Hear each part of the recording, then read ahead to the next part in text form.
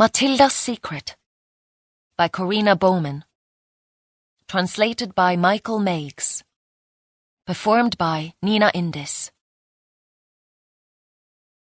I felt drowsy. I'd placed a notebook before me on the desk, and I really did want to write something, but my arms were far too heavy. I couldn't summon the strength to pick up my pen. The classroom windows were open, but the air was thick enough to cut with a knife, even though it was only June. Summer had come early in 1931. I really wanted to be in a Stockholm city park instead of Miss Nyström's class at the young ladies' school. I could have lounged in the shade and let my thoughts wander, instead of putting up with my classmates' annoyed looks as they listened to her drone on about home economics. But my parents had insisted I get a good education. My father had escorted me here, saying, "In these times you cannot count on finding a man to take care of you." Mother had given him an odd look, but she'd added that beauty wasn't enough to guarantee a woman's happiness. I didn't want my lack of focus to negate all their efforts, and especially not now, only days after Mother's funeral. Death stole away Susanna Wallin in the middle of the night. I'd been surprised to wake and find our home so silent. She was always the first up, diligently going to the kitchen to light the stove and prepare breakfast, even after my father disappeared. But that morning was different. I went into her room to wake her and saw her eyes fixed upon the ceiling. At first, I expected her to turn and look at me, but when I touched her, I found her rigid and cold. Something inside me shattered. I ran in a panic to fetch a doctor, but he only confirmed the horrible truth. My memory is a blank after that.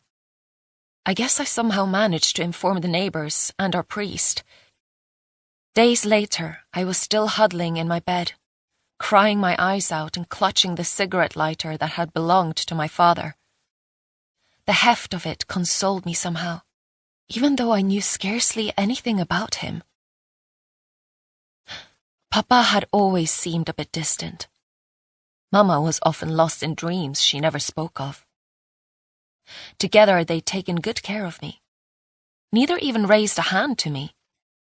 But sometimes they seemed like puppets, marionettes placed in my life only to keep me company.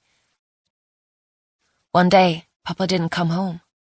My mother waited 2 days before filing a missing person report.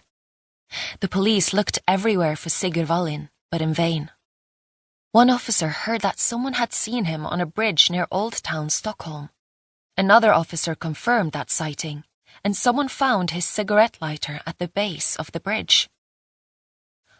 I'd always admired it, gilded and etched with an intricate floral pattern. That lighter was the only souvenir I had of him.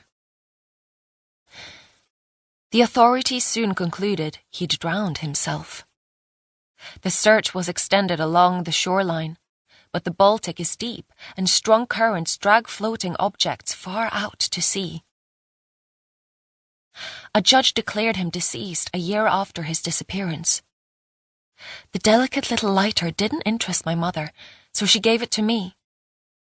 Her mourning was silent and dignified. She gathered his clothing and possessions and disposed of them, as if they represented something that was over and done with. I was devastated, but I clung to the consolation that I still had my mother. Now, she was gone too.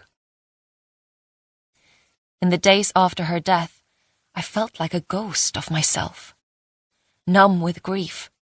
I was reduced to pure suffering and almost completely unaware of my surroundings. After a long while, I began to emerge from my paralysis, but every day was a terrible trial. I burst into sobs at the most inappropriate moments. I hid myself away as much as I could. I would glide like a spectre through our yellow house on a steep section of Brandkirka Street. My childhood friend, Paul, was my only comfort. He visited regularly to make sure I was all right.